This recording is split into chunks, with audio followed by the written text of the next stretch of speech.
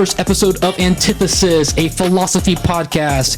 Each episode we focus on two philosophers whose ideas couldn't be more different from one another.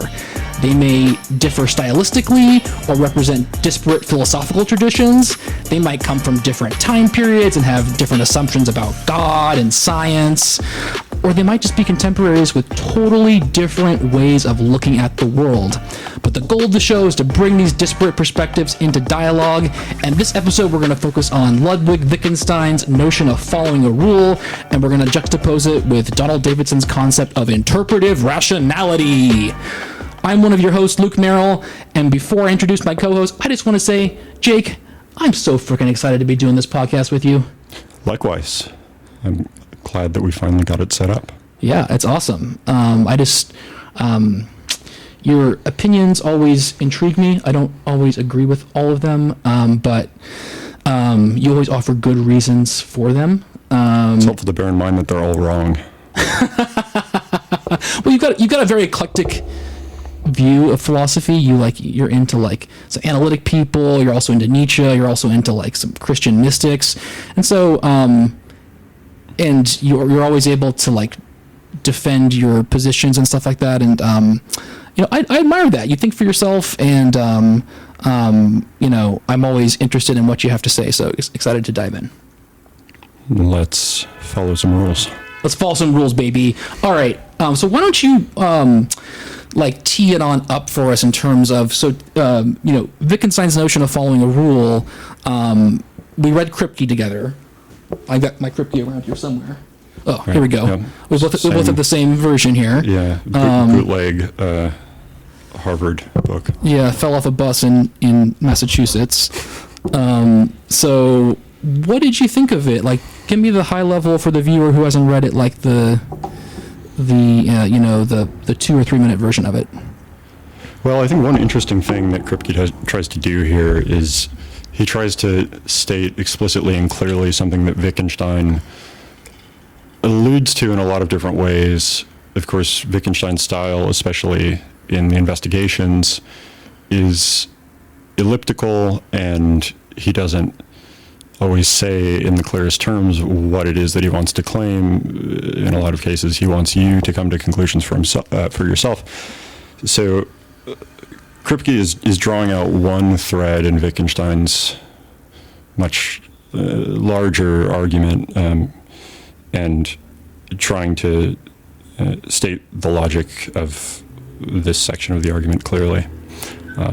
Right, but it's pretty pervasive throughout all of the investigations, because Kripke's argument is that, hey, this is actually the unifying thing that makes the investigations an argument, kind of he almost turns it into a traditional argument by saying that this thing that we're going to talk about, this idea of following a rule, that it infects not only the language that we use to describe math and the language that we use to describe our internal sensations, but literally anything that we do, any concept that we apply, this skeptical problem could particularly apply to it, or potentially apply to it. Right. I think you see an argument of a similar structure at the very beginning of philosophical investigations, when Wittgenstein is criticizing Augustine's account of language. He says, well, in order to apply words ostensibly, you have to already know something about how a word is applied more generally. And so I think, Kripke wants to single out a section of the book, and I think he's somewhat skeptical of this too, but some people claim that there is something in the philosophical investigations that can be called the private language argument. People disagree about where in the book that argument takes place. Kripke identifies a slightly longer section of the book than people before him did, but again, I think, as you point out, Luke, it's unclear where this argument begins and ends. I don't think it's clear at any point in philosophical investigations that there's just one discrete argument going on. So totally, yeah. And Kripke mentions that there's it intersects with the idea of vagueness at one point too, where there are multiple arguments going on. He is simplifying it and of course turning it more into an analytic argument that the form of the investigations resists that. But one thing I learned from reading this is that 68 plus 57 is 125. Like, that is like one of the things that the Kripke just said over and over and over again. No, I'm just joking, of course, but the so you learned how to follow a rule somehow. I learned how to follow a rule somehow. No, but so like, let's break it down for the listener that hasn't maybe read the book before and maybe thinks our sort of glossing it over at the beginning is a little pretentious. Like, it starts out from the beginning by being like, okay, like, we all add the same way. Like, when I add 1 plus 2, and then later on in life, I learned to add bigger numbers like 68 plus 57. Everything that I can do when I add 68 plus 57 was already implicit in the notion of following the rule of addition that I learned when I learned to add 1 plus 1 or 1 plus 2 when I was a child. Right. That's how we typically think. Yeah. Well, this is how we typically think is like, that, okay, I've mastered the concept of addition, even though I've done a finite number of computations. I am a master adder, and I could add any numbers that come, and I would follow the same rule even for numbers that I can't comprehend. If I was an infinite being and could comprehend those numbers, I would apply that same rule. And so it's not that it covers a finite number of cases, but we learn a rule that expands out infinitely, and we understand the necessary and sufficient conditions for the application of that concept, even though we have a finite number of cases. And so that is the typical way of looking at things. But then why is that wrong? Like, why does Kripke think that is not necessarily that it's wrong, but that there is a skeptical problem with it? Yeah. So, right. I think how you phrased it at the end there is good. That he doesn't. Kripke and Wittgenstein, we might suppose, if we agree with Kripke that this is something like what Wittgenstein is saying. So when you learn to add, let's say, numbers 1 through 10 as a child, you don't learn explicitly when you're learning that rule, to the extent that there is a definite rule there. You don't learn what you would do if you were adding any given pair of numbers. Let's, as Kripke does, imagine a case where you're adding some arbitrarily large pair of numbers. We'll stick with his example, 68 and 57. So when you learn to add 1 and 2, you didn't also learn to add 68 plus 57. Or if you did, some off chance, then you could imagine some other pair of numbers, given that there are infinitely many, that you didn't learn to add initially. And so the problem is, well, how do you know that when you were learning that rule as a child, you didn't also, that rule that you learned didn't contain some kind of caveat if you reached certain numbers that you didn't learn at that point. Yeah. Right. It's like the idea here, and it's kind of mind blowing. I mean, he's not expressing skepticism about mathematics at all. I mean, he's not saying that there could be a case in which 68 plus 57 wouldn't be 125. But what he's saying is that there are alternative descriptions of our behavior that we cannot disprove based on a finite number of cases. And so for example, if I've only added 1 plus 2 and 10 plus 3 and, smaller numbers, where the sum would be under 20, let's say, and I encounter 68 plus 57, there's nothing in my previous behavior that would indicate that I shouldn't just conclude 5, that 68 plus 57 equals 5. And so this comes back to Wittgenstein's notion in the philosophical investigations, where he's talking about, okay, so like, think of any number series, 2, 4, 6, 8, 10, 12. You're going n plus 2 is the like rule that you're using in your head.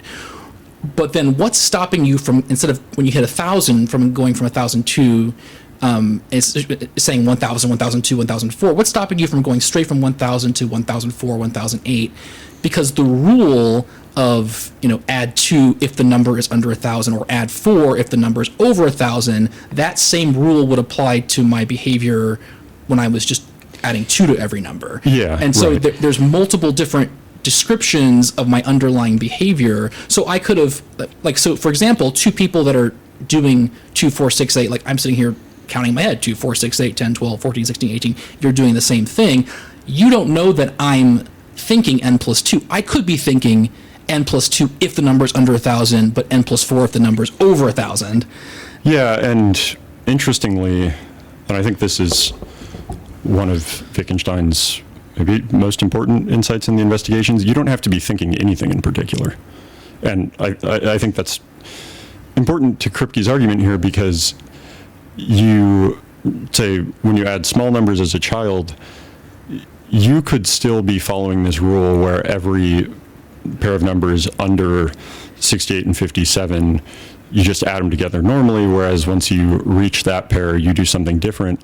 Ordinarily, we would think, well, if you were following that different rule, and I guess just to use Kripke's language, it's a quaddition, and the function is quus, right? Yeah. So quus is the function that says every sum under 68 plus 57 is added together ordinarily, but once you reach 68 plus 57, the answer is just 5. So to get back to this idea in Wittgenstein and Kripke that you don't have to think anything in particular when you're following a rule, right? Ordinarily we would say, well, you know which rule you're following because you think it when you're following the rule, right? So I would know if I were performing addition or quaddition. I would know because I would be thinking about it, but I think the important point here is to say, well, if you really, and this is maybe what I was alluding to earlier when I was thinking about how Wittgenstein's argument works to the extent that there is something that can be called an argument. So if you pay attention to what you do in concrete cases when you add numbers together, you don't refer to some kind of schematic form of addition when you do that. In a lot of cases, you just do it. And even if you do, in some cases, refer to a rule, that rule needn't be the same between different people. It needn't be the same for you in each case. And perhaps most importantly, it's not even clear what that rule would be, what would justify us calling it a rule in the first place. Yeah, so you bring up justification, which is a great segue to the heart of the problem, because so we started with the sort of common sense conception of how our behavior works when we're applying a rule. The idea we started with was, once I learn how to do 1 plus 2, I've developed a new skill, and that skill is extendable across time, and it's the same skill that I have now that I'll have later, and that skill is, I've already grasped how to do it, and I won't grasp anything new, and that's already the skill that I have. I can add anything if I can add one thing. Mm-hmm. And so that idea is a common sense idea that Wittgenstein is he attacks, but then there's the other common sense idea that Kripke outlines that Wittgenstein espouses in the Tractatus, which is, okay, like, here's the question of where does any sentence get its meaning from? Like, if I were to say, okay, here's my guinea pig moon pie that I've been holding. Like, if I were to say, like, moon pie or the guinea pig is on the table, like, which is true, like, moon pie is on the table right now. Like, the thing that makes that sentence have meaning is some fact in the world, and that fact is independent of my linguistic practices, the culture that I live in. Even if there were no humans here at all that that could even invent a language, it would be true that moon pie is on the table. Like, there's a fact that's independent of language, and that is what gives the sentence meaning in the first place. And so that's what justifies the meaning of the rule that I've chosen when I've applied the concept of guinea pig to moon pie, and I've applied the concept of table to the table that's in front of us. And so the idea, that's what he wants to call into question, is the idea that there's any sort of thing out there that provides independent validation that's independent of a linguistic practice. Yeah, I think that's an important point. And maybe just to bring it out more clearly, right, what's at stake in the text here? Well, the question is ultimately, what does it mean to say something meaningfully? What does it mean for language to mean, right?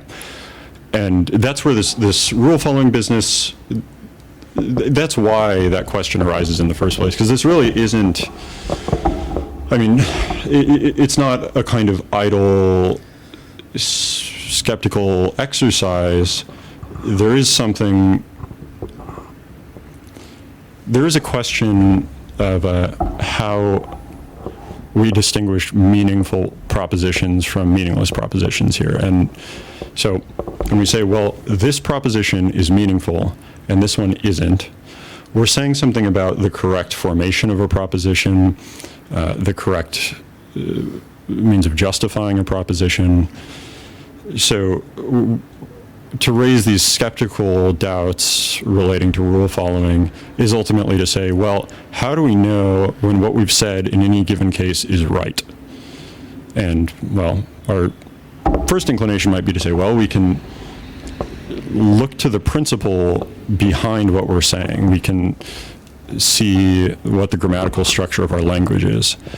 And the challenge here is directed toward that idea that there is some grammatical structure, some logical structure that bestows meaning upon our propositions.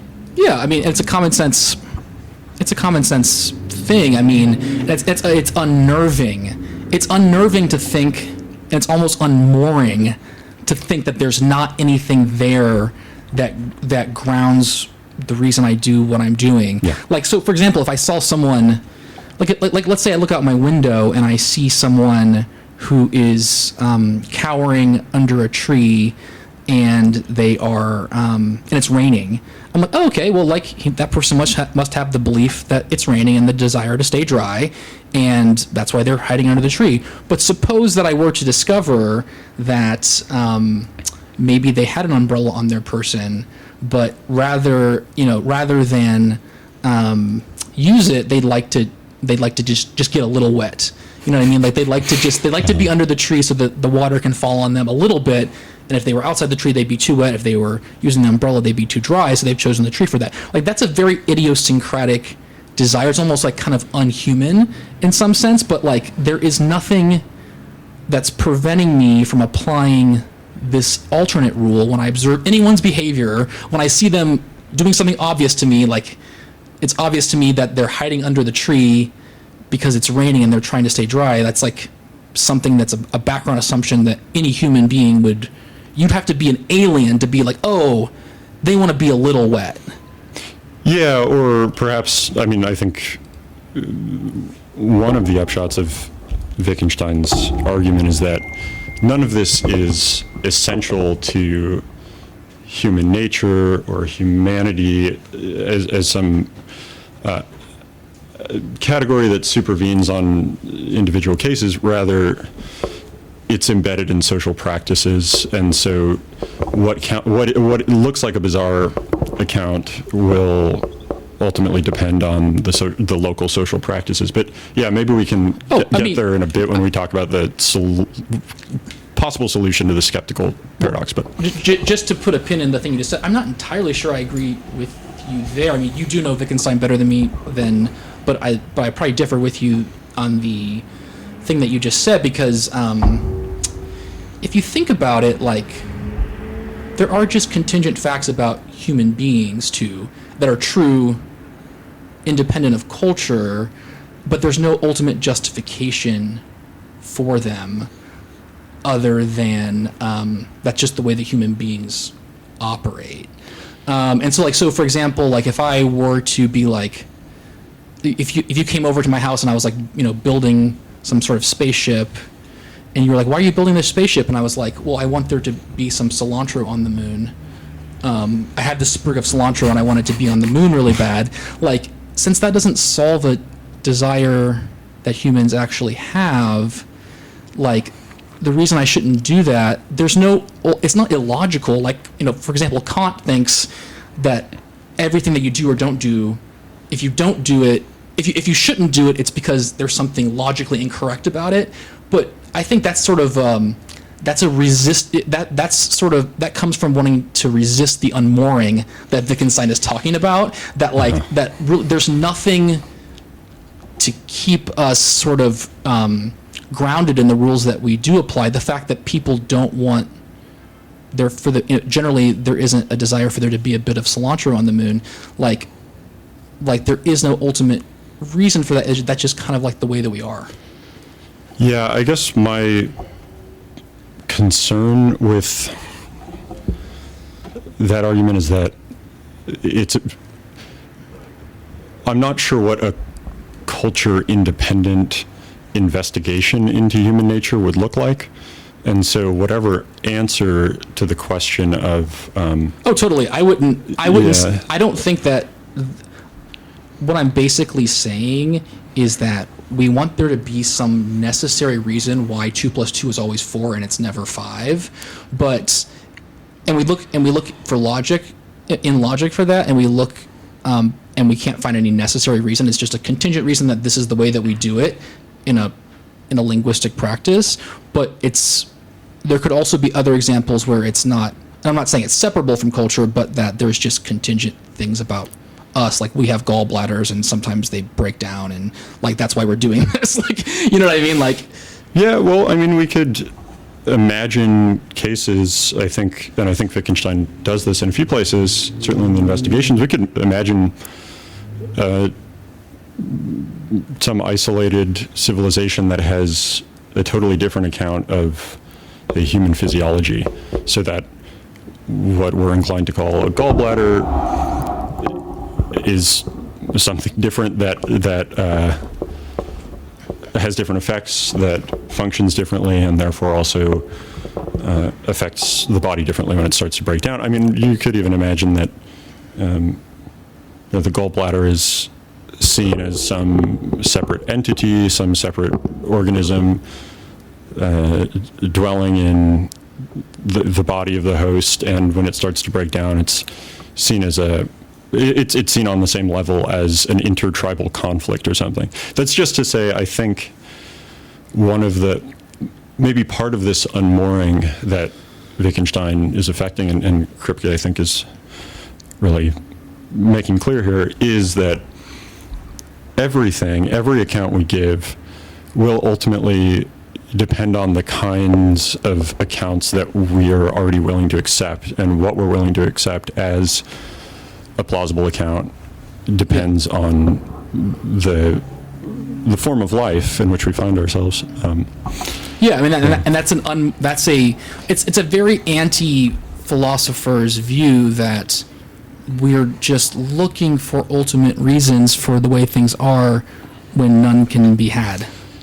Yeah, right, and that's, I suppose, what Wittgenstein means when he talks about language therapy or conceptual therapy in investigations.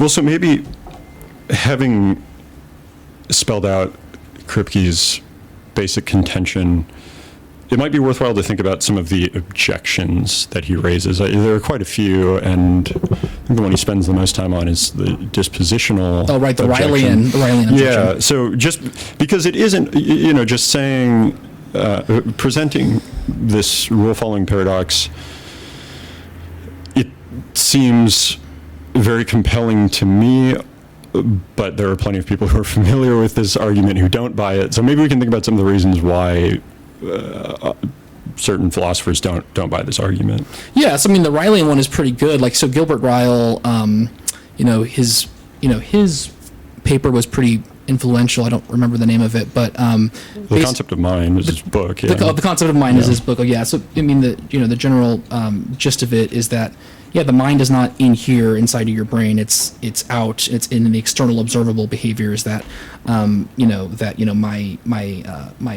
ability to do math is observable from my, if you give me some equations. It's not happening up here. It's physical external behavior is what, abilities are things that personify the mind, right, or how we have access to it. Anyways, you can probably riff off of that for a second. I'm sure you have something to say about it. Yeah, I think so. I'll maybe try to state the basic argument, and you can fill it in if I missed something. So the dispositionalist objection to Wittgenstein and Kripke's critique of this idea that we follow a rule in every given case,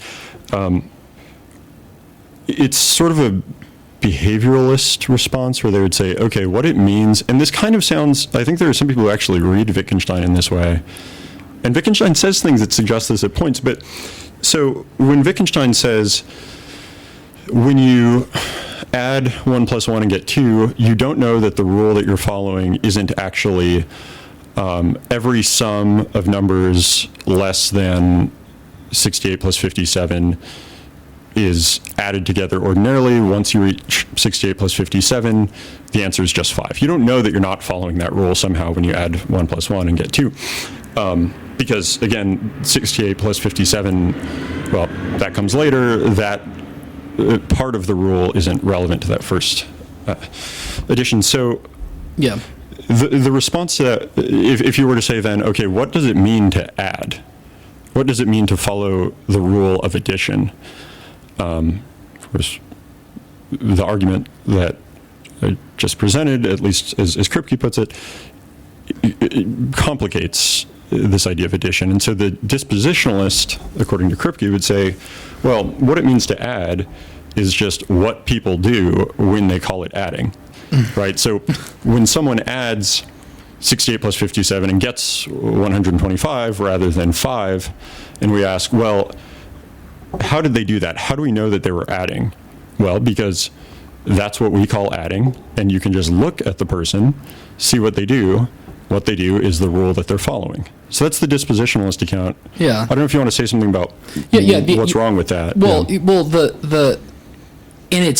And Kripke rightly points out that it is sometimes confused with Wittgenstein's own view, right? That because the idea, because he's obviously going against the, so Humeans and empiricists generally think that to have an idea is to have a picture in the mind or have a representation in the mind of something, Right. and so Ryle and the dispositionalists are showing no, like to understand an apple is to like pick it up and treat it as an apple, you know what I mean? Like, right. And so they're saying it's external, and so Wittgenstein also wants to say, because spoiler alert, the ultimate conclusion of the thing that he's going for is that there is no private language, and that it's, when we know someone's adding correctly because everyone agrees that that's how you add, and it's just it's just sort of we all desire to be able to purchase the apples, that if I say 7, I want the grocer to give me 7 apples, right.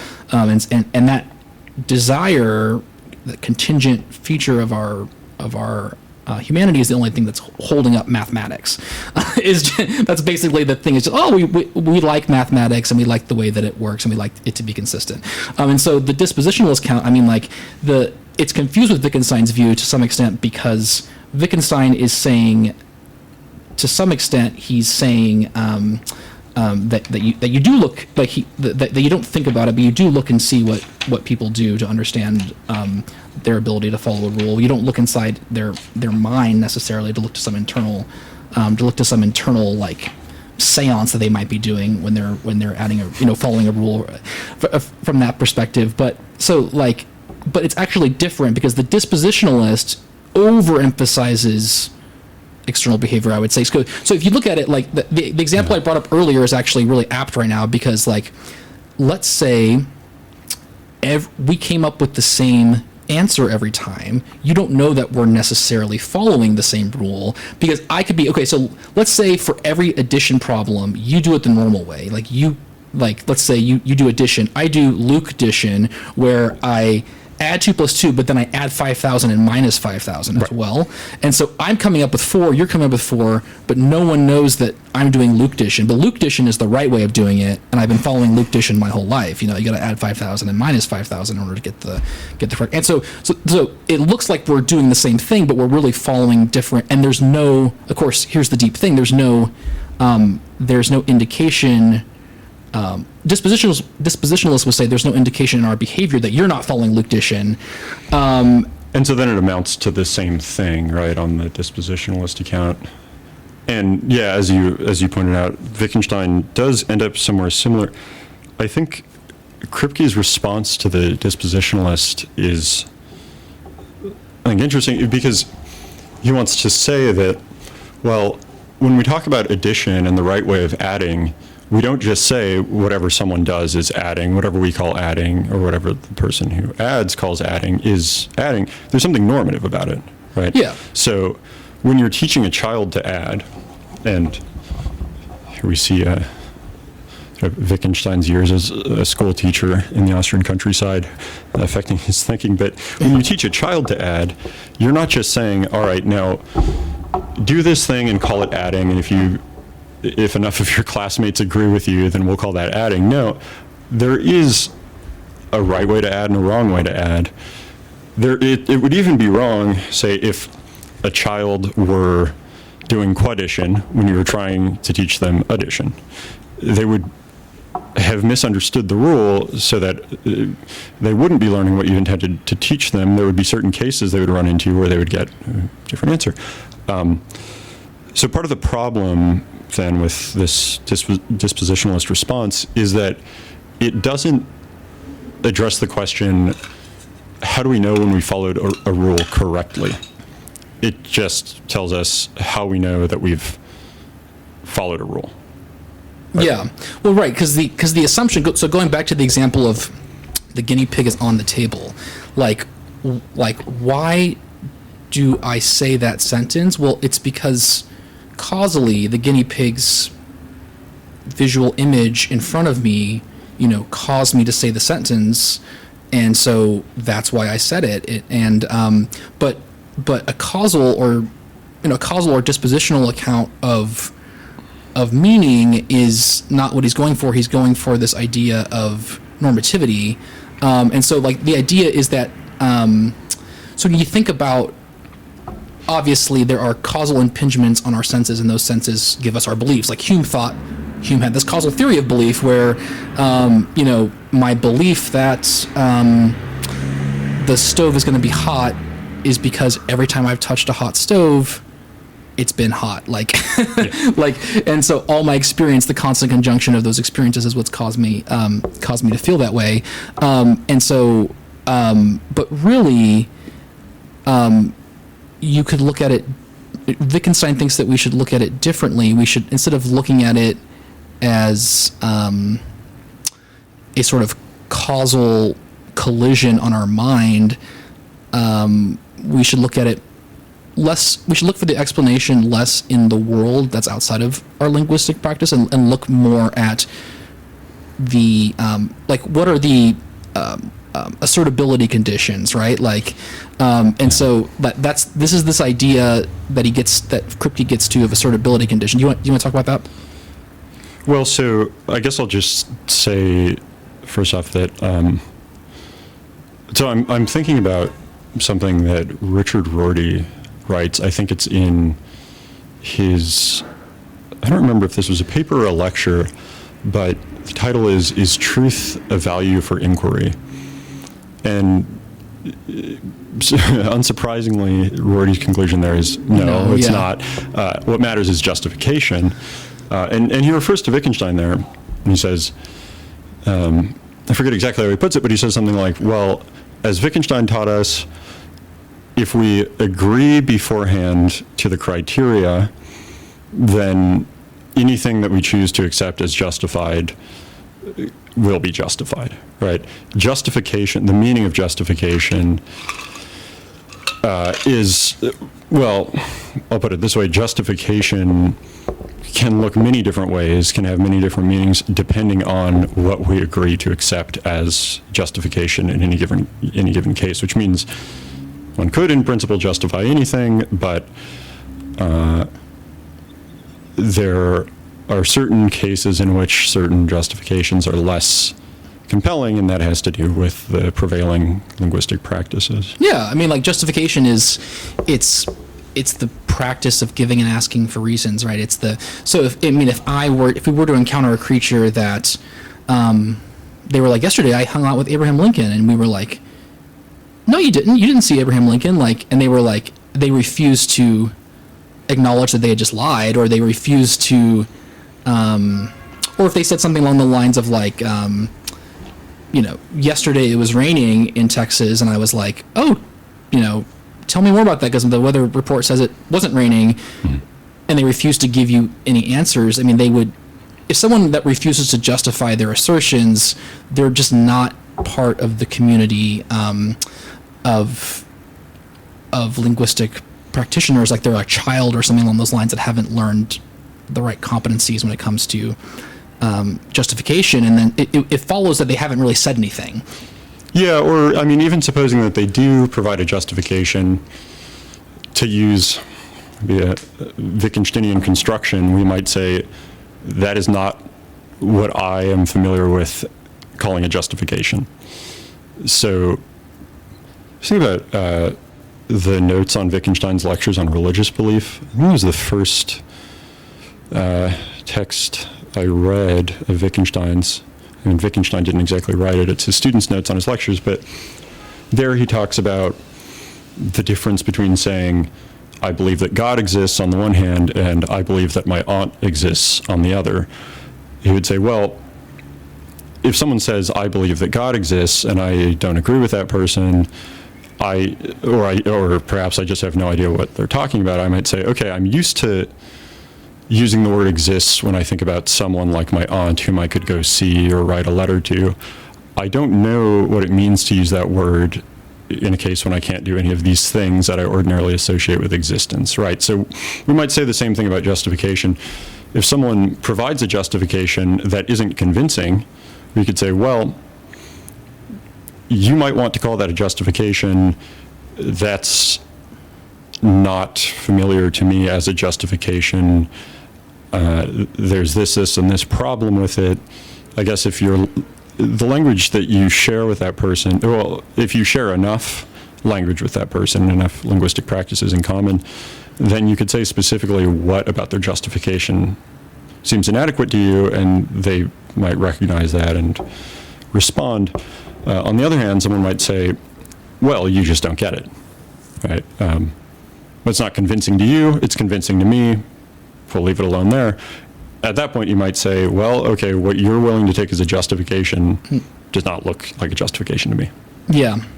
So I mean, if you think about it, like there's a, you might put it this way, like there's an epistemic demand that's placed on us for us to do certain things, like reconcile contradictions in our sentences, and to, if I say that, that stop sign is red, it follows that it's also colored. Like, and if I don't recognize the inference from something that I've just said, if, the table is circular, therefore it's not square. Like if I'm unable to do that, then I'm behaving aberrantly. Like I'm not, and there's no real, like back to the same point, like there's no real ultimate reason outside of those linguistic practices that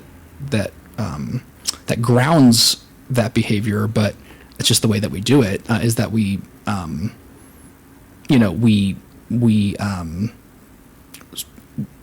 ask for certain justifications in certain contexts, and if people don't behave in the right way, then they're just behaving aberrantly, and there's no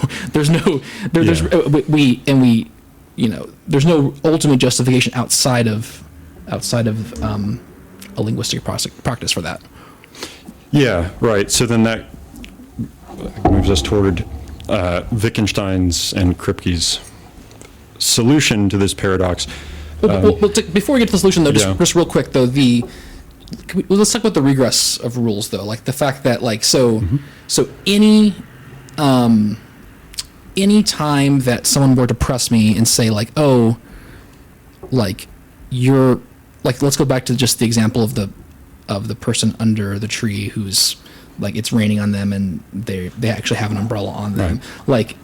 Like any time that I'm like, oh, like you're not following the rule for how people behave in this particular context or anything like along those lines, they can be like, rule. Well, by rule I mean something else, and so it applies, it infects any concept. And so if you ever were to press them for more information, or for them to justify why it is they're behaving aberrantly, why it is they're getting 5 when they add 68 plus 57, you're like, oh, you're adding incorrectly, like, don't you know what the addition symbol means? And they'd be like, addition, by addition I mean this totally quaddition. I mean this totally different thing. Yeah. And so there's no way out of it, because anytime we would try to close the loop and get them to see the light, they could just interpret light as something totally different. And so it seems to be like there's nothing within language that's going to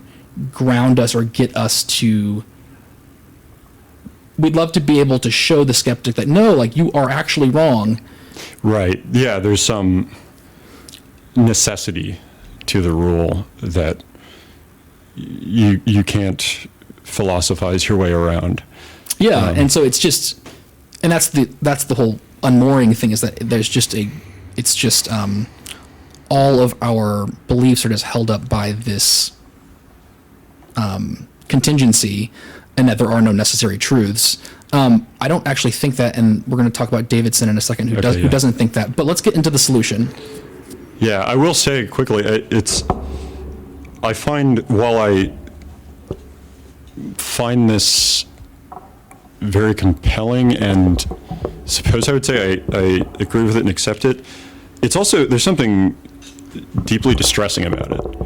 I think Kripke calls it eerie at one point, and I think that's right. I think it is eerie. I think there's almost, and Kripke doesn't talk about this because he's, enough of an analytic philosopher that he knows not to say anything about it, but there is a kind of a void being revealed here. Almost, I don't know if you've read Heidegger's lecture, What is Metaphysics? But there he says something like, we get an idea of nothingness when we picture the world as a whole being negated. And there's something like that negation going on here. There is a kind of nothingness, a kind of void being revealed beneath language. And I think Wittgenstein, I don't know what Wittgenstein would say. I think there's a way of saying, actually, there's no void because we haven't revealed an absence of anything. It just, language simply is. You can't. Yeah. Here, I think the whole void thing is just another way of, how I talked earlier about how would Kant react to this problem? Mm-hmm. Where it's like, basically like, well, no, like, there's, the reason actions are right is because they're universalizable, and they're wrong if they're incoherent. Like, there is something outside of us that any rational being would recognize, and it's not just our particular way we're set up, or our cultural or our linguistic practices. It's not all contingent. Like, there is some necessity there. Like, what do you mean? Like, the principle of non-contradiction would be true regardless if there were not any humans around. Like, you think about it, like, there can't be a square or triangle. And what Wittgenstein would probably say is like, well, if you think about it, I mean, I don't know what Wittgenstein would say necessarily. Maybe you can help me out with that. But it reminds me of Heraclitus, where he's like, well, yeah, I mean, like, the same water is both polluted and fresh, polluted from our perspective and fresh from the fish's perspective. But so the idea that there is one way that the idea that there is one way that the world is independent of perception is what is unjustified from Heraclitus' perspective. What do you think about that from a Wittgensteinian point? Yeah, well, it's funny that you bring up the example of Heraclitus. In I think it's the Big Typescript, Wittgenstein has this note that says something like, I don't think he knew who Heraclitus was, because he says, the man who said that we do and do not step into the same river twice was wrong. That's his note. And what I take him to mean there, and this is just a brief aside, but what I take him to mean is that, no, we don't. Okay, so one way of thinking about Heraclitus' claim anyway is, we step into the same river insofar as we step into the Potomac. We do not step into the same river insofar as the water that we stepped into before has already flowed past us. But I think Wittgenstein, in this note, is saying something like, no, it's the same river. The water changed. The river is the same. You're confusing water and river, something like that. Yeah, like he's making the grammatical point about like that's not how we use the word river. Yeah, a river yeah. is a unitary thing. Right. Anyway, sorry. When you brought up Heraclitus. Yeah, well, it's a good point though, because Wittgenstein is very much thinking about. I mean, all of his justifications are like, hey, you're actually straying, Heraclitus, like you're actually straying away from the way that we use that word. Yeah, it's a perverse use of the word river. Yeah, well, that's what he thinks that all philosophical problems could be. Yeah. The more are created through that sort of like, well, actually, there's this real important sophisticated sense that is underlying the meaning that everyone uses, and like no, like that's not what Wittgenstein wants. But okay, so what we're going to do now, we were going to talk about the solution to the problem. Yeah, right. So I think despite how or actually before doing that, like what did you think of my comment there? Like, is the principle of non-contradiction, the idea that a lot of thinkers like Kant think that it's necessary for anything to be intelligible. We have to assume it underlies the possibility of the existence of there being reasoning beings in the first place. right. But Wittgenstein, do you think Wittgenstein is denying that in this, or Kripke's Wittgenstein is denying that in this argument? Yeah, so I think, okay, I'll offer kind of a Wittgensteinian thought experiment here. All right, so if we imagine, Wittgenstein likes to imagine civilization, so I'm going to keep doing that too. We imagine a civilization that has never formulated what we who have inherited the legacy of Aristotle called the principle of non-contradiction. Right? We imagine a civilization that's never formulated that rule. They don't talk about it. Nothing like that appears in their literature, their common language. Even supposing they have something like philosophy, something that seems to us similar to what we call philosophy, there's no rule like that. There's no principle like that. What sense would it make for us to say, oh yeah, they have it. All of their propositions depend on it. Did they have it before we told them that they had it? Did they have it before we thought that they had it, right? When they're just going about their lives using language in their ordinary ways, whatever that looks like, if they haven't formulated what we're calling the principle of non-contradiction, then I don't know what sense it makes to say, oh yeah, they had it all along, but no one had ever articulated it. We hadn't thought about it. Okay, where was it then? Was it somehow hiding in their words? Where was it? If no one thought it, no one said it, right? I mean, I guess a lot of this is like, what would Kant say to this? Like we can't ask him because he lived in a different time period, but we can know because Brandom is trying to reconcile Kant with Wittgenstein at all times and being very ambitious about it, and sometimes failing and sometimes succeeding, but not quite succeeding. And so one of the things that probably the closest analog for Kant is Brandom then, because one of the things Brandom says is when it comes to, it's not as if people need to explicitly be aware. They don't need to be, you can imagine a community that's just not philosophical at all. It doesn't mean that their sentences don't have meaning, if they haven't thought about that meaning very deeply. And so just because they're unreflective, the question though is not, are they aware of the principle of non-contradiction, but is the principle of non-contradiction true independent of a community that would acknowledge it? And so Kant via Brandom would probably say that because it's a prerequisite for any of their sentences to have any meaning at all whatsoever, that it does exist outside of it. So for example, like people that walk around and say things like, some of the examples we've given today, like yesterday I saw a square triangle. Like, well, no, you didn't. Like, if they talked like that, then they wouldn't be the type of being, the rational being that would be responsive to the norms that Wittgenstein is talking about, who are recognizing their epistemic responsibilities to to reconcile contradictions, to follow their beliefs to the furthest logical conclusion, to seek out new information.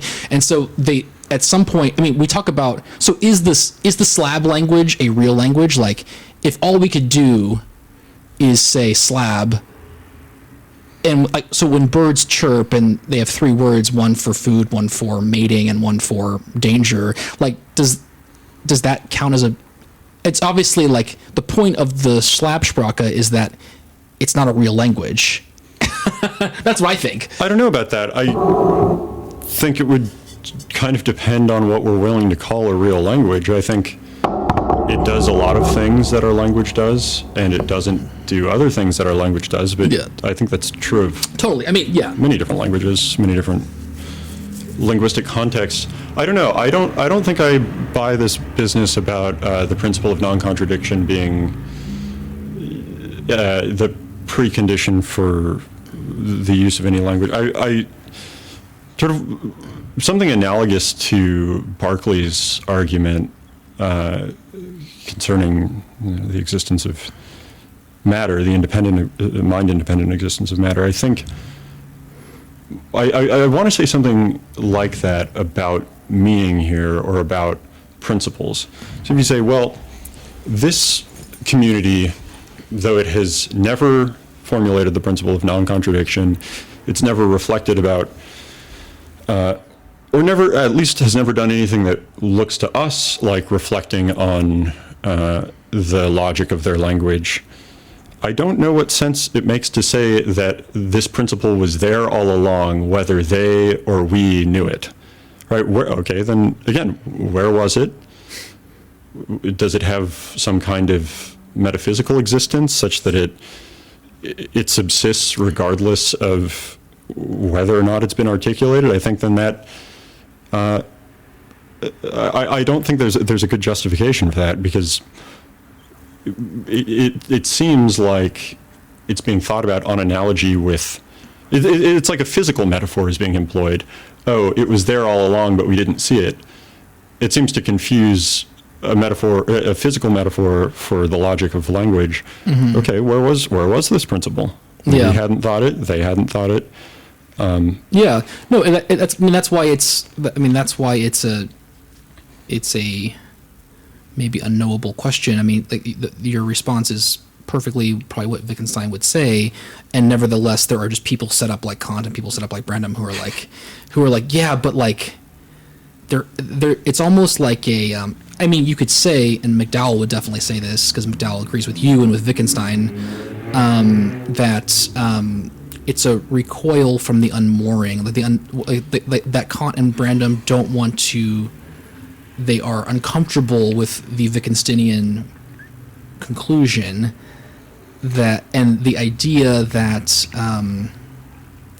that there, if you think about like the melting point of copper is 1065 degrees Celsius, and if you're if you're someone who studies this stuff, like you're a geologist, like you have to assume that was the same in the Pleistocene era when there wasn't any humans around, and so that's an independent fact that's independent of any linguistic practice, like we've said. And so that's where Brandom and Kant are coming from, is like, no, like there's something outside of us that it's if you go back to the Tractatus view, it's like very much like, okay, they're not going to go full the Tractatus view and say that the meaning of our sentences is in the world, because the meaning of our sentences is not in the world. The meaning of our sentences is in the way we treat that meaning. Mm-hmm.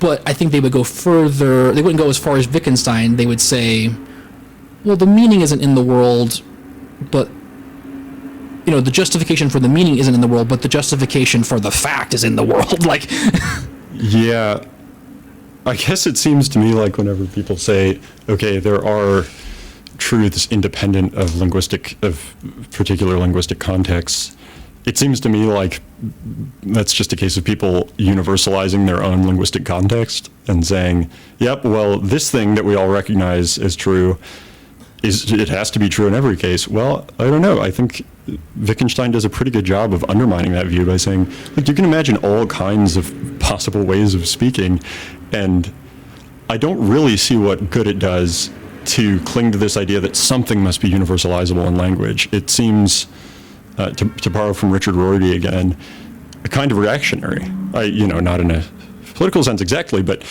okay, so Wittgenstein, again, I think fairly successfully undermines this idea of universality in language, universality of meaning, and people still try to make a case for it, and it seems like people go to great lengths to make a case for something that I don't see any good reason for trying to defend. Yeah, well, it comes from two things. I mean, I think it comes from, and I'm playing a little devil's advocate here in terms of the bringing up Kant and Brandom, but it comes from two places. It comes from, number one, common sense. Like, it just feels like, in my experience, that things happen independent of our experience, and that they might be true or false, and that square triangles are not only, it's not just a contingent feature of this world and this society and that we live in, but it's something that would be necessarily true in any possible world, and it's something that makes the idea of a world intelligible as such, and it would exist in all possible worlds. There wouldn't be any square triangles. And so I guess, but then again, am I just clinging to that because I am uncomfortable with the Wittgensteinian claim that there's nothing keeping us on the rails, so to speak. Like, there's nothing keeping the way that we talk about things glued to the ground. Like, we're, like, there's a sort of like, oh, I'm floating off in the distance because tomorrow I might think that 2 + 2 is 5. Like, yeah, right. Well, so then, okay, maybe we should talk more directly about the solution here. Yeah. So I like that Kripke brings up the Humean notion of a skeptical solution in the beginning of the book on Wittgenstein. So in Hume, the idea is something like this. A skeptical problem, ultimately, if it's going to be consistent, must be skeptical about itself as a problem. And if the skeptic applies their own skepticism to the problems they raise, then those problems disappear in their turn.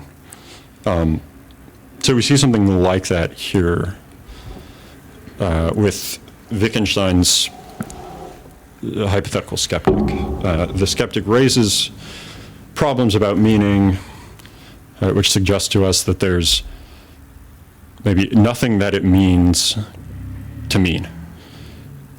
And then the response to that is, well, okay, if there's nothing that it means to mean, then there also can't be something that it means to not mean.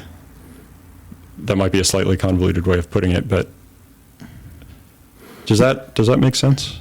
Nothing that it means to not mean. Well, I'll put it this way. So. So you mean that? Okay, so I get it now. So let me see if I understood it correctly. So that, like, well, that doesn't mean that we should all be quaditionists.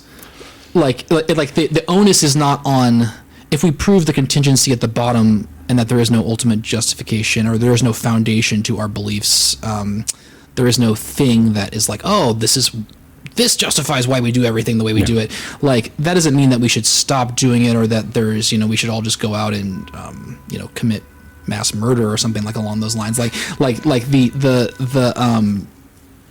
But that, because the onus is not on, quaddition is in just a bad of an epistemic position as addition. Yeah, I think that's right. Or if you put it in a slightly different way, and maybe this will be clearer than what I said before. I hope so. If you're going to say, there are no necessary rules in language. Well, if there are no necessary rules anywhere in language, then they can't be absent, right? Because you're it's like you're assigning a place to them and then saying, oh, there's actually nothing there. Okay, if there's nothing to occupy that place, then there's no absence either. Right? It's like if I were to say, there's no such thing as a tomato, there never has been a tomato. You would have a right to ask, okay, so then what is a tomato in the first place such that you can deny its existence? Right, so similarly with a rule, if I say, well, there are no necessary rules for how I should apply, there's no necessity to how I apply rules in language, so there's no necessity, then someone could ask me, okay, if there's no necessity, then what exactly are you saying is missing? What are you denying? You're denying a kind of necessity that has never existed in the first place, according to you, so there's really no problem there at all. Well, so the problem then isn't, I mean, that was a really eye-opening way of putting it, but the problem then is that we have a hankering for there to be a necessity. It would be great, it would be philosophically really satisfying if we could find one. You know what I mean? That's kind of where Kant comes into this conversation, I think, is like, wouldn't it be great if we could derive how we should act, like derive clear rules for how I should act every day, how I should treat you, how I should treat my guinea pigs, my daughter, my wife, my family, from logical contradictions. Like everything that I do is because it's universalizable, and everything I don't do is because it's not universalizable, and that makes me feel good. And I yearn for. Wouldn't it be great if Kant was right? Is what I'm saying.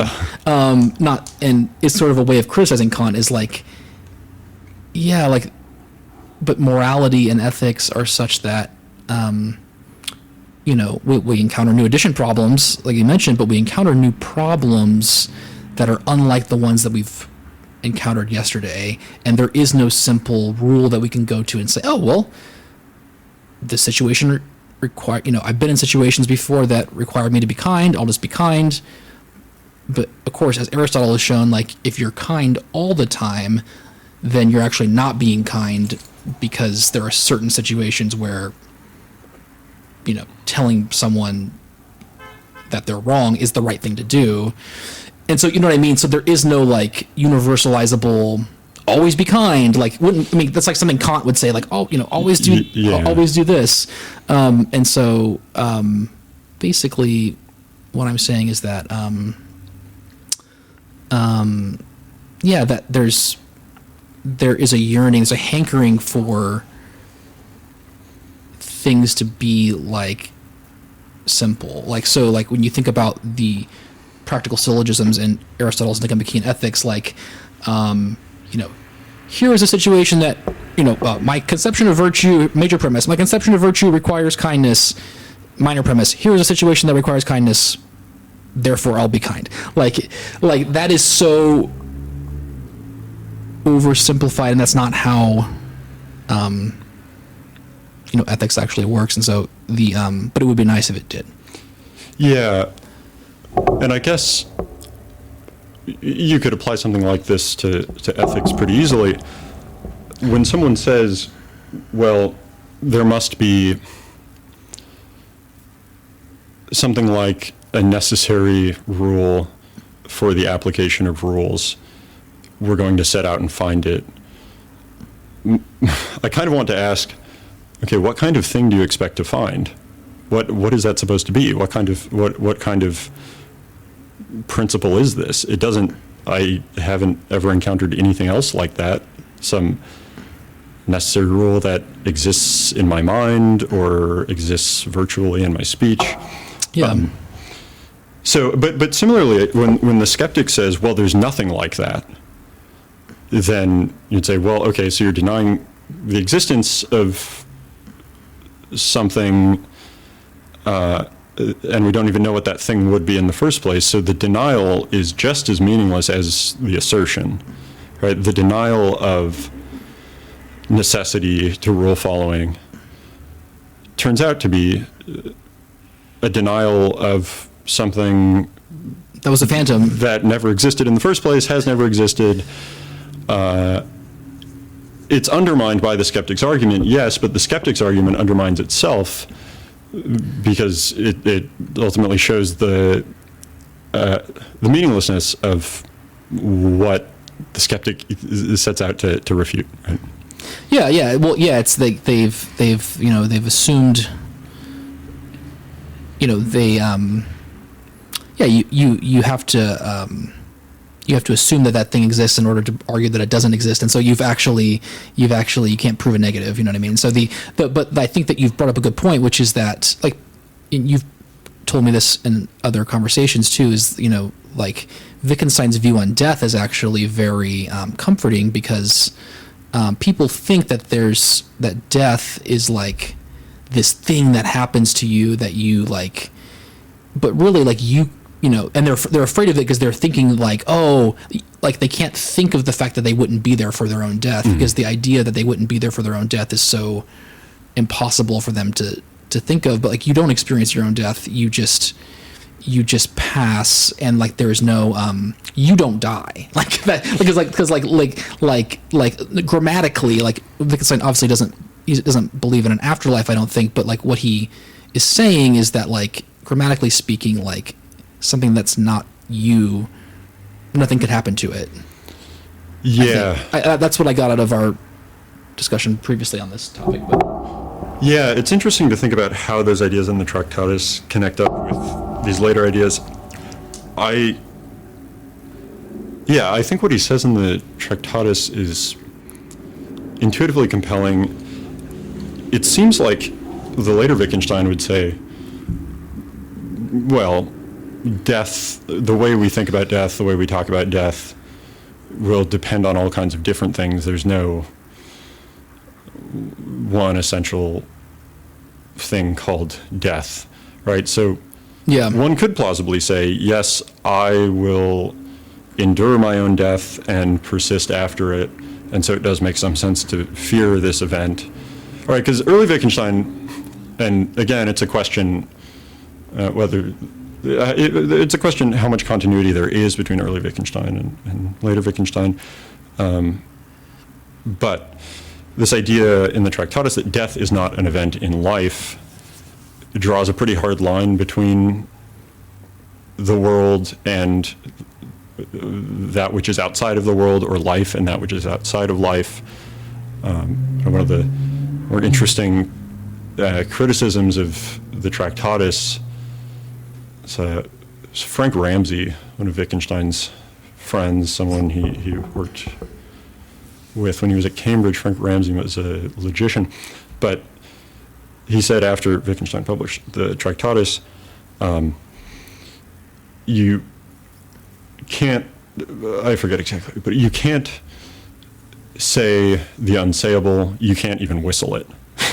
And so I think that is maybe a problem with this early idea of death as this thing that we can simultaneously refer to without referring to it. I think later Wittgenstein would say, well, in some language games you can talk about death, you can talk about enduring death, in some it doesn't make sense.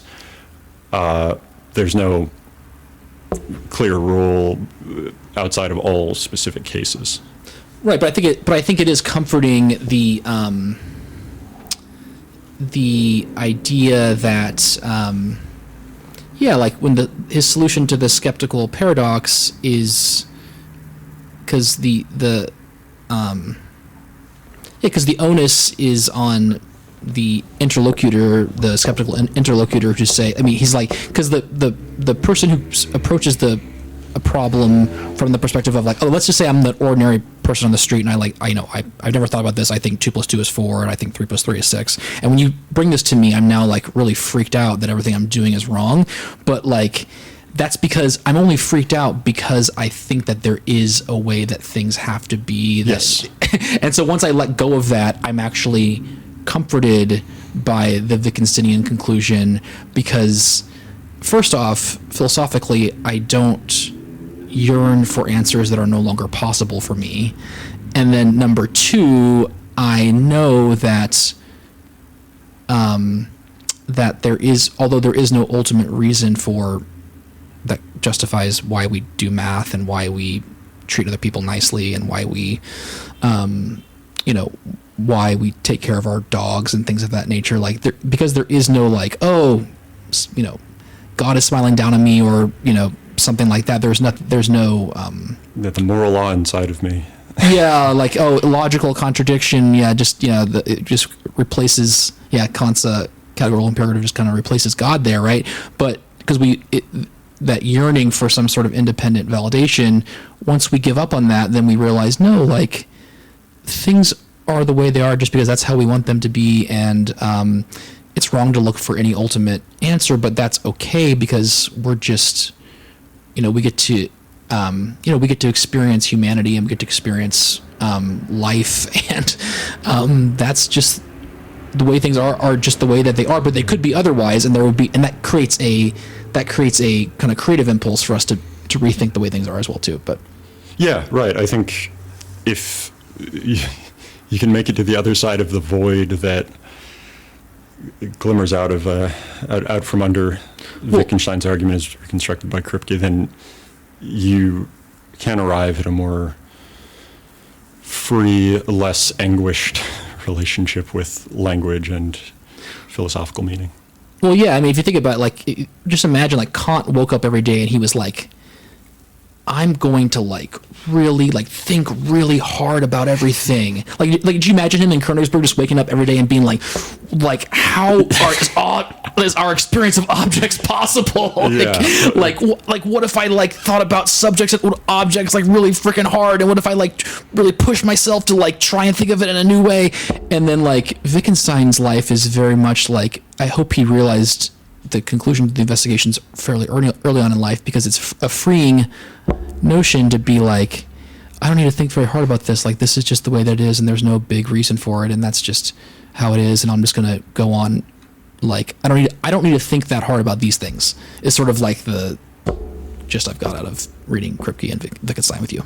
Yeah, and then Wittgenstein proceeded to think very hard about certainty, for example, until it was the day before he died that he wrote his last entry in there. Something like that. But yeah. We regress sometimes too, and that's that's why I think Wittgenstein is like kind of simpatico with Aristotle to some extent, because like Aristotle thought that like. Because you would think, like, oh, he uncovered the philosophical he uncovered this whole crazy philosophical thing and, like, solved it in a very comforting way. Well, that would mean he would continue to follow that rule. Like, he would continue to think that way about things.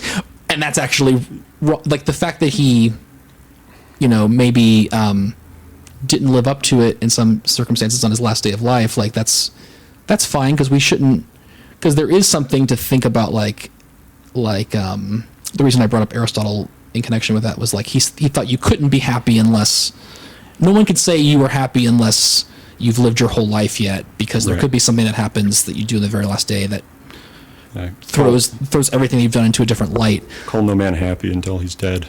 It's Solon who says that in Herodotus's histories. Maybe it's said elsewhere too, but yeah, right. But then the idea then I guess is like, if you start acting abnormally, then it casts doubt on what you were doing. Like, if you start acting weird in your last day of life, it casts doubt on, like, everything you've done before. And the reason it does is because you're thinking of those regularities in someone's behavior as embodying rules, and you shouldn't necessarily be thinking about them that hard. If it gives you pause to think about if it gives you pause to be like, oh, what if I learned that MLK Jr. like actually was a really bad guy in his last day of life? Like, I'm not saying that is true, but I'm just saying, like, what would that do to his biographers or his, the people that care about him and things of that nature? Like, no, like, the fact there isn't like some fixed quality that like he like has to embody in every instance. You know what I mean, of his life. Yeah, alternatively, you could say of Wittgenstein, well, okay, if the point is to throw the ladder away, then you might also have to throw away the throwing away of the ladder, to return to this idea of a skeptical solution to a skeptical problem. Okay, if language doesn't mean anything, if that's the skeptic's contention, well, then that contention also doesn't mean anything. And so we can stop doing philosophy about meaning. We can stop addressing the skeptic's concerns. But if we cease to be troubled by philosophical problems concerning meaning, then we might believe that we've arrived at some kind of conclusion about meaning, and that's not exactly what's happened either. We've maybe gotten closer to something like Platonic aporia, the problem, the consequences of the problem undermine the problem itself, and we're kind of left stunned. Maybe that state is a liberatory one, maybe it inspires dread, but in any case, if we're going to go beyond the problem, we might even have to go beyond the inclination to get rid of the problem, right? Because the inclination to get rid of the problem is also rests on there being a problem. Right. I'm going to get this quote from Stanley Cavell. That is, Stanley Cavell is another philosopher who's thinking really hard about Wittgenstein and this problem. It fits right in. I wasn't even going to do this, but it's fitting perfectly in with what you just said. We're going to vamp for a second, and we can take this out. Okay, here we go. We learn and teach words in certain contexts, and then we are expected and expect others to be able to project them into further context. Nothing ensures that this projection will take place. Mm-hmm. In particular, not the grasping of universals, nor the grasping of books of rules. Just as nothing ensures that we will make and understand the same projections. That on the whole we do is a matter of our sharing routes of interest and feeling, modes of response, senses of humor, and of significance and of fulfillment, of what is outrageous, of what is similar to what else, what is a rebuke, what forgiveness, of when an utterance is an assertion, when an appeal, when an explanation, all the whirl of organism Wittgenstein calls forms of life. Human speech and activity, sanity and community rest upon nothing more but nothing less than this. It is a vision as simple as it is difficult, and as difficult as it is, and because it is terrifying. Yeah. Incredible quote. Yeah, it's good. I guess I don't know, maybe supposing that one has gotten to the other side of Wittgenstein's argument. Again, I'm not sure how much sense it makes to call it that. It's at least not, it's presented unusually, whatever. So, yeah, for people who don't know, the investigations is just little fragments. It's just like paragraphs, like paragraph 1, paragraph 2, paragraph 3. Like they're not. Yeah, and a lot of experiments that you're supposed to perform on yourself. All kinds of things that don't bear a lot of similarity to. I do them. If he's like close your eyes and imagine, I'm like, okay, yeah. Yeah, it's a textbook. In any case, what I'm getting at, maybe to put it simply, is why does anyone think that they should keep doing philosophy after Wittgenstein, especially people who claim to basically accept what Wittgenstein was doing? Yeah. Well, there's two paths to diversion of force here. There you can take the McDowell path, which he has a way of doing philosophy of quietism that is similar to Wittgenstein, that he really thinks that certain questions don't make any sense, but he still thinks that there are some questions that are interesting or that are useful. That's sort of a like, for example, in Mind and World, like he's very much like a sentence would not. It's the justificatory relation between mind and world that gives any sentence meaning in the first place. It's not the causal relation, and so he kind of works out the epistemological, consequences of Wittgenstein's thinking. And then there's the Brandom route, which is very much like, like he goes the total opposite area where he's like, no, like language, like, so he take what you just said about like, oh, there's no, I forgot the way you phrased it, but there's no, basically Brandom takes linguistic practice as the idea.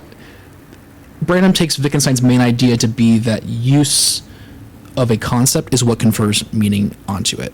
Mm-hmm. And so he built his whole, and so he would say that there is a positive philosophy that can be like built out of And we can read Brandom on the next episode if you want to, and we can talk about that.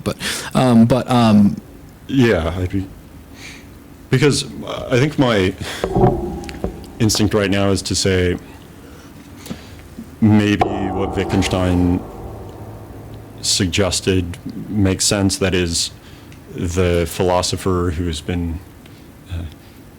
who has looked closely into the logic of language, their responsibility is just to, the only thing they can do, a better way of putting it, is to just sit there and wait until someone presents a philosophical problem and then they dissolve it. That's the real role of philosophy, is to dissolve what appear to be philosophical problems. And again, so my instinct right now is to say, and everyone else who, has kept doing philosophy and tried to work out the philosophical consequences of Wittgenstein, they just wanted a job or something. I don't know. It seems. Yeah. I think I at this point anyway am in basic agreement with Wittgenstein in saying, okay, philosophy doesn't really have anything to do. There really are no philosophical problems. Philosophical problems arise when we think that words do something that they simply don't. We think about language incorrectly. Yeah. Yeah, right. And then... or not even incorrectly, sorry, but confusedly. I think Rorty says something interesting about this in his essay, Wittgenstein and the Linguistic Turn. And I keep referring to Rorty because this is what I spent a bunch of time on in grad school. Okay, well, who is Rorty's Wittgenstein? Doesn't make any sense. And so, and I think his account's pretty good. Certainly the way I think about it has been shaped by that. But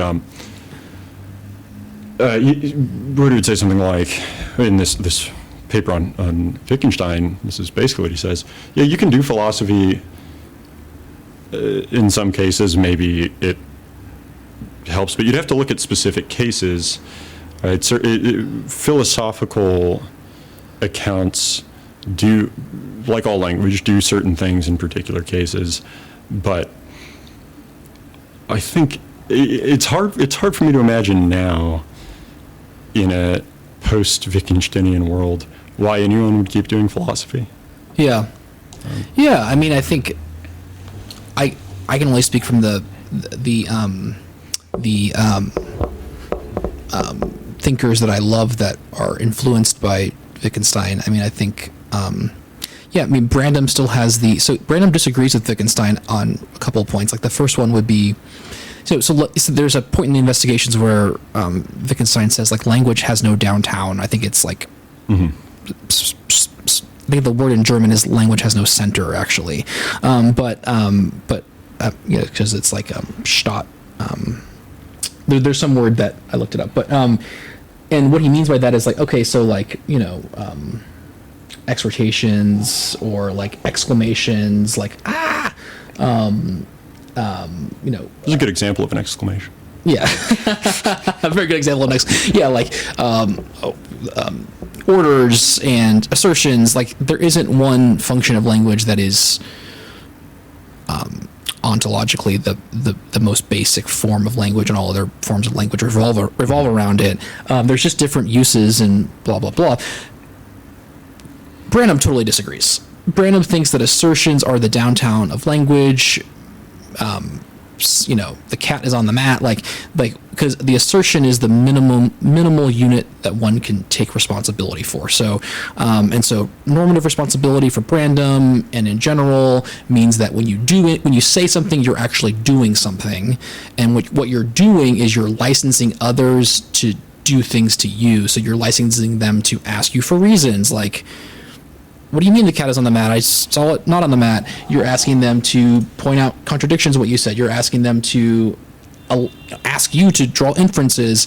And so assertions are the downtown of language because they are the nexus around which responsibility is conferred in a linguistic, in a form of life, like in a linguistic practice. And so he thinks that Wittgenstein has got great insights, but that we can build a Kantian architectonic off of. Like, so for example, like one of the, like there are tons of necessary truths that Branham thinks that he's found, and it's all under a Wittgensteinian, like, so there's a Wittgensteinian insight that underlies a lot of what Branham says, but like, for example, like he thinks that you can't really acknowledge your own beliefs without, like, someone who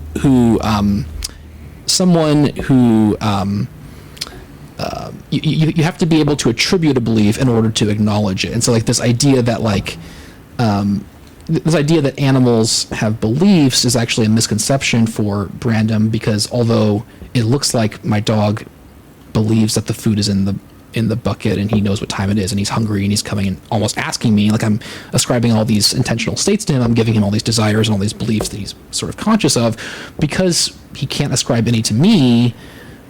He doesn't actually have he doesn't have the ability to have them himself in the full-blooded sense of a desire or a belief, because attributions are more basic than acknowledgments. And so so he's taking the Wittgenstein stuff at the bottom, but he's kind of building this architectonic on top of it. No, Wittgenstein wouldn't endorse it, and Branham isn't like a pure Wittgensteinian, of course, but there is no emphasis on the quietism. Like, it's like he's not a philosophical quietist. He writes like massive tomes, and huge intricate theories, so I mean, so I guess like I would just say he probably doesn't agree with the unmooring aspect that we've been talking about. Yeah, it would certainly be worthwhile to look more closely at Branham in that connection. I'm skeptical of totally. No, but totally. I mean, so there's the McDowell camp that's very much like they don't believe in anything Branham says, but those two of my favorite contemporary thinkers. But we need to talk about this other thinker. So we've spent a lot of time on Kripke. The point of the podcast, I think, is a good idea, is to bring in two totally disparate ideas and throw them together and see what happens and see if we can reconcile them. So we might need a second episode to do justice to it, but let's see if I can present my idea of why I wanted to juxtapose Donald Davidson's idea of interpretive rationality here, because I think it actually fits into the necessity contingency conversation we've been having. And so here's the thought experiment. And so Davidson, he's read Wittgenstein, he's read Kripke, and he's writing this thing on interpretive rationality. And there's actually a footnote in Kripke's book where he says that Davidson's view is closer to the Wittgenstein of the Tractatus than Wittgenstein of the Investigations, which is totally correct given what I'm about to say. So here's Davidson's thought experiment. So we always talk about translation, like translating a German sentence into English, but we often also translate an English sentence into another English sentence.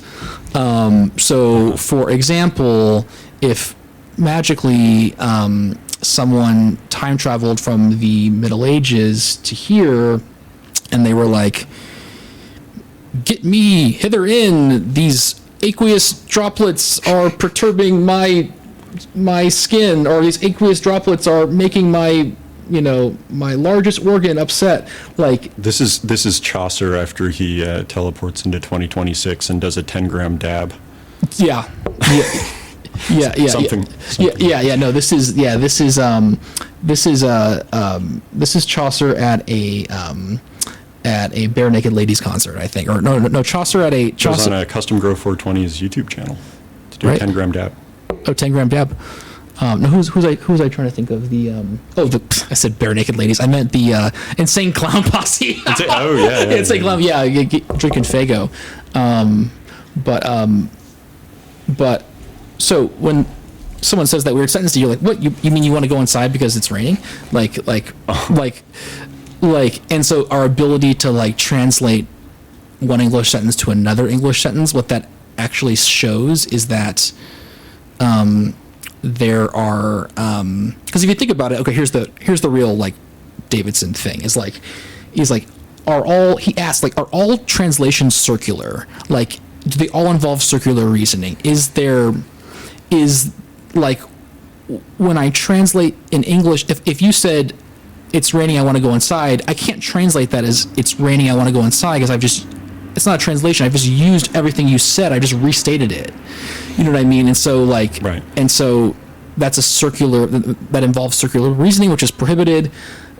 And so are there, so he basically says, like, what if we were thrown into Germany, and let's say we don't, we know English, but we don't know any German, and we're trying to translate everything that someone's saying, but we're not allowed to use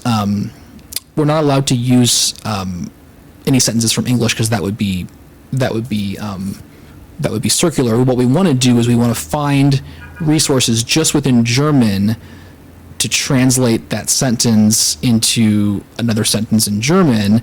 And what he says, but in this situation, you don't know any German, and so he's like, what concept? So if you could learn one word, like what word would be most useful to interpret their behavior, to help you, even if it's just to predict what they're going to do next, like, what word would be most helpful? And he says, like, truth. So, like, the idea that certain sentences could be translated from the idea that there are equivalent sentences, and that there are Tarskian truth conditions that align regardless of those sentences. So the Middle Ages guy who wants to go inside, he says some crazy sentence, and then the normal English sentence of, like, it's raining, I want to go inside, like, they have the same truth conditions, and so that's what he doesn't say that that's what the meaning of the sentences consists in, but he does say that translatability depends on there being logical constraints that are imposed on language prior to there being language. Like, so, like, there's a finite number of sentences that we can produce, and because of the constriction of language, or because of the constriction of logic on language, like, if that didn't exist, we wouldn't be able to translate one English sentence into another English sentence. That's the idea. Okay, so the translatability depends on the state of affairs that both refer to being the same. Something Perfect. like that? Perfect, Okay. yeah. Yeah, so I have not read this Davidson book, so I'm Oh, yeah, no, I just listening to you as we go, but that... Okay, yeah, so how is that... That seems to me like maybe the common sense view of language, right? That when you translate within a language or between languages, the translation is a good translation if what it means in each case is the same. If it's an assertion anyway, the fact that it asserts in both cases is identical between the two. So then, how might Davidson respond to Wittgenstein on this point? He would say, well, I'm actually thinking of, because Kripke refers to Quine's, the paper in which Quine writes about the indeterminacy of translation. That is, if someone who uses a completely different language from me points to, I think the example that Quine gives is a rabbit, points to a rabbit and makes a sound. Okay, how do I know that that sound is the word in that person's language for rabbit, and not, say, the color of the rabbit, the rabbit's motion? And I think you could apply the same thing to translation within a language. I think Wittgenstein, the Wittgensteinian skeptic, as Kripke presents him, might say something like this: well, how do you know that between two propositions in the same language, what's being referred to is the same? How do you know that in the first case, the language refers to the rabbit, and in the second case, maybe the language has begun to refer to the color of the rabbit? How do you identify what's remained constant between the two propositions, which are supposed to be translations of one another? Yeah. No. This is so. The reason I brought it up wasn't to say like Davidson's right or Kripke / Wittgenstein is right. It's a thought-provoking question, because the question that I'm really thinking about a lot is, what is the degree of dependence from so like think about scientific explanations, for example. So like, how independent does the independent variable need to be in order to count as an independent variable? So for example, if you call me the day after the election and ask me if I like the Democrats and they just lost, like, I'm going to be like, no, screw the Democrats. Like, God damn, I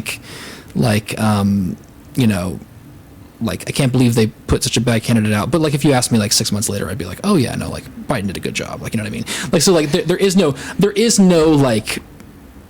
when it comes to political science, like there is no, or there's a lot of bias. It's really hard to like, my opinions on the Democrats, let's say, are not, and you poll me on them, they're changing all the time depending on what's happening in the news.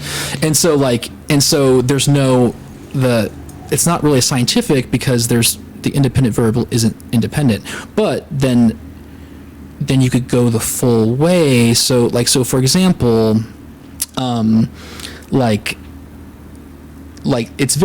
would be very comforting if there were some independent facts out there in the world that justified why I add the way I add. Like, you know what I mean? It would be so great if that's just the way the world is and everyone needs to do it that way, and that the world ultimately justifies everything that I do. Like, well, that's a level of independence that we can't actually have. So it's somewhere in the middle that in science, like the independent variable is, more independent than the Democrats' example, but not as independent as what we're craving from a Wittgensteinian perspective. So it lies somewhere in the middle. And here's my answer. The real answer to the difference between Brandom and McDowell is like, Brandom wants that, although he acknowledges is that we'll never have the full independence that we might wrongfully crave. Like, he wants it to be closer to that, and McDowell wants it to be, closer to maybe Wittgenstein's intent. So that the question that I'm getting at by bringing up Davidson, then, what I want to pose to you, because I don't know the answer, is like if is it still a bad reason? So it's a bad reason in science if our independent variables aren't truly independent, but in philosophy then, or in ordinary talk, when we give a reason for why what we do, it's not independent of a linguistic practice. It's like we add because that's the answer. What's that quote in? I love that quote where he's talking about inverting the conditionals in the where is that quote at? It's so good.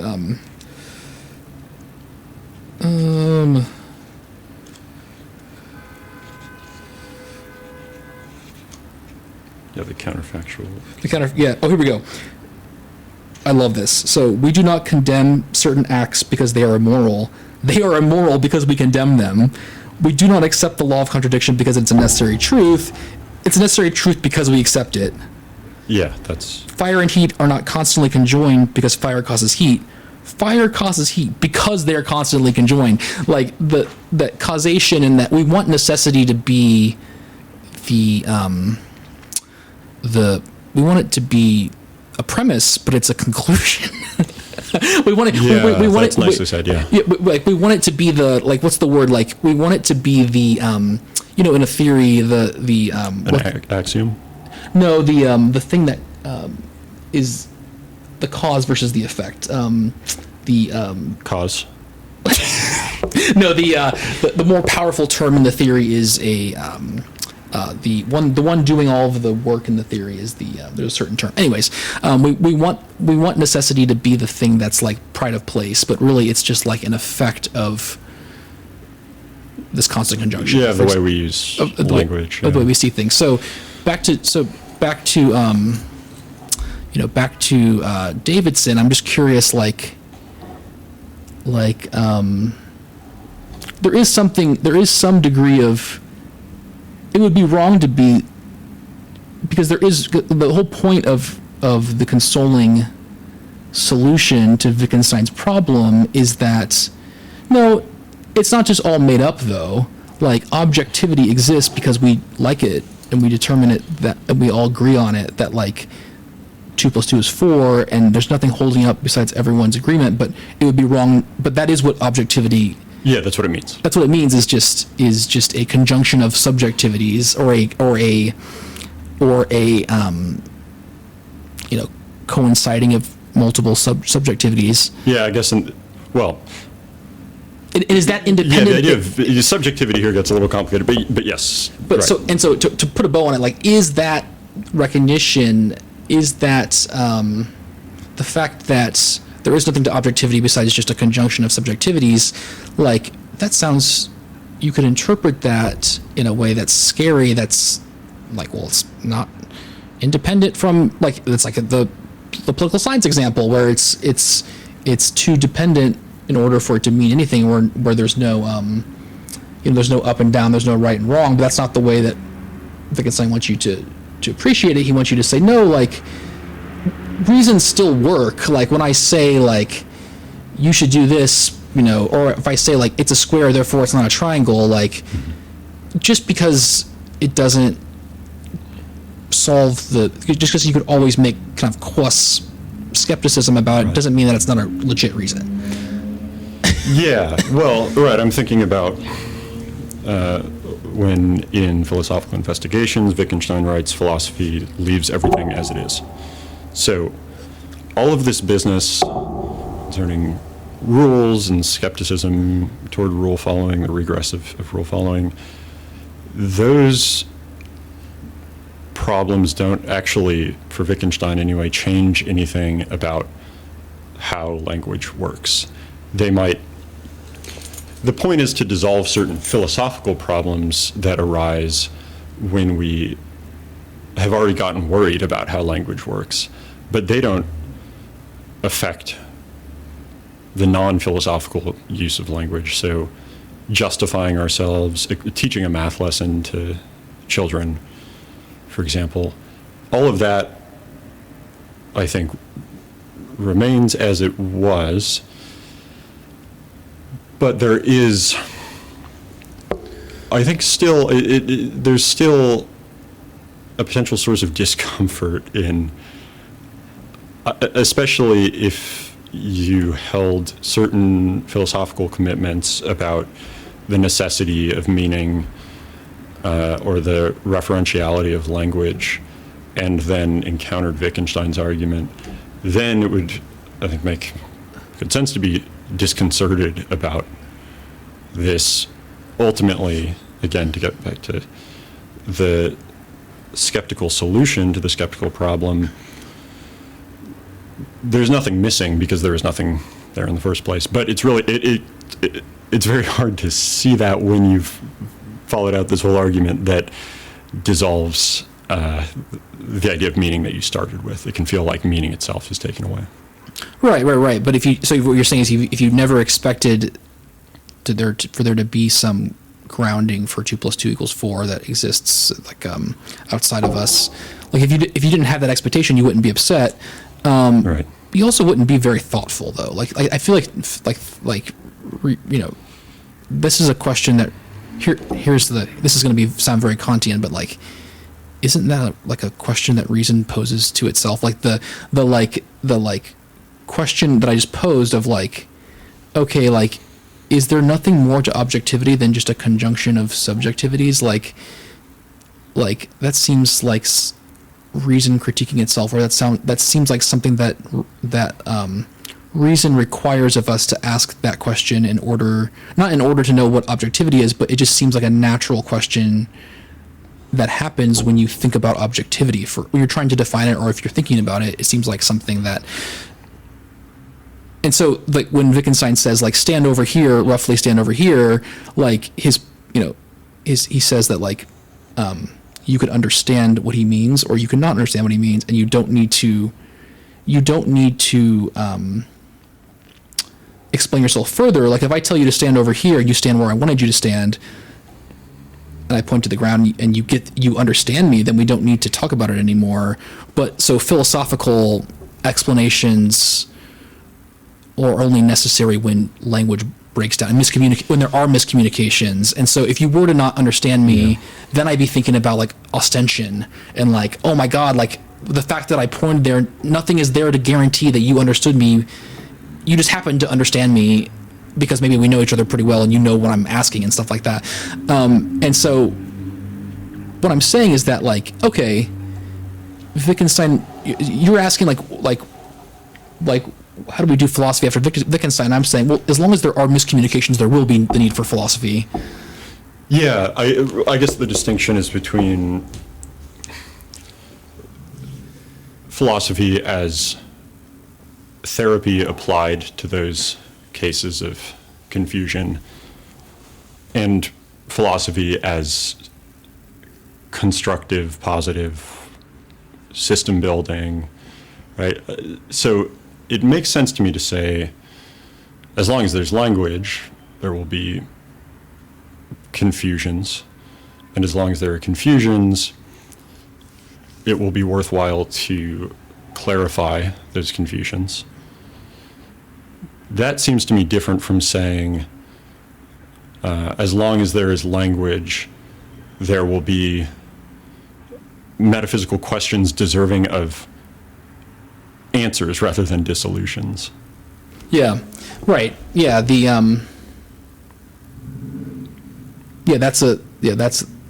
something I don't know the answer to. If they're all just dissolutions, because I'm not a card-carrying Wittgensteinian, but they don't send you a card; they send you a little pin. Oh, okay. Yeah. It actually goes directly into your flesh, and you have to think about whether or not it's causing you pain. Yeah. A guinea pig peed on me about 3 hours ago. I feel like we've been recording. No, so I need to clean this up. No, so this has been our first episode of Antithesis. Yeah. We didn't have to stop and like, be like, oh, like we should re-record that. That sounded retarded. Like, you know what I mean? Like, No, this is just fun. This is like, talking about philosophy, and there are accidentally microphones here. Yeah, they're actually, yeah. No, I totally forgot that we were even recording. No, but it's funny. Just like, yeah, we're just sitting here chatting. But what do you want to read next? What should we do? What's going on? What are we gonna? We should. It's a good question. So certainly, Brandom would be somewhere on the horizon. I found myself thinking a lot about Heidegger during this conversation. I don't know if reading some Heidegger might be. Oh, that sounds like fun. Reading one of his essays. Yeah, but the problem is that I don't know my Geworfenheit from my Vergangenheit, so. Well, if you mix the two up, the same thing still happens. It's okay. Yeah. No, you gotta. You get thrown in any case. He's someone that will be interesting to juxtapose to Wittgenstein, because I just feel like he absolutely is like thinks that. Anyways, we can get into it later. We don't want to talk about Heidegger, but this has been our first episode. We did it. We finished it. We're just two noumenal selves sitting around trying to make a phenomenal podcast.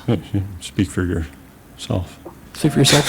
You're not a noumenal self. I'm not a self. You speak for yourself. Yeah, right. All right, that's it. How do I stop this recording?